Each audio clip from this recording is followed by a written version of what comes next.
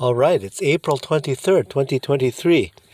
I'm inside our Prius C, which has been losing time occasionally on the clock and also sometimes makes this moaning sound just before we get in and then refuses to start. It refuses to turn on. Now, I've heard it's a battery issue.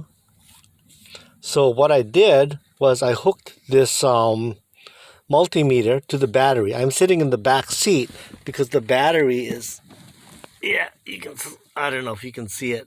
It's somewhere there under the right passenger side seat. Had to take a plastic off.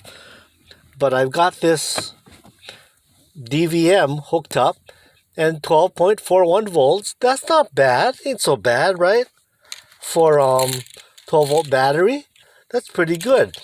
But I find that even if I press the unlock button, let's press the unlock button on the remote. Press. Just that solenoid to unlock the door, it dragged the voltage down to less than 5 volts. So that tells me that while the battery might have a good voltage, it has no legs at all. At least not anymore. So I could put a battery charger on it and it'll probably come back for a while, but I gotta get a new battery. Get one from Costco.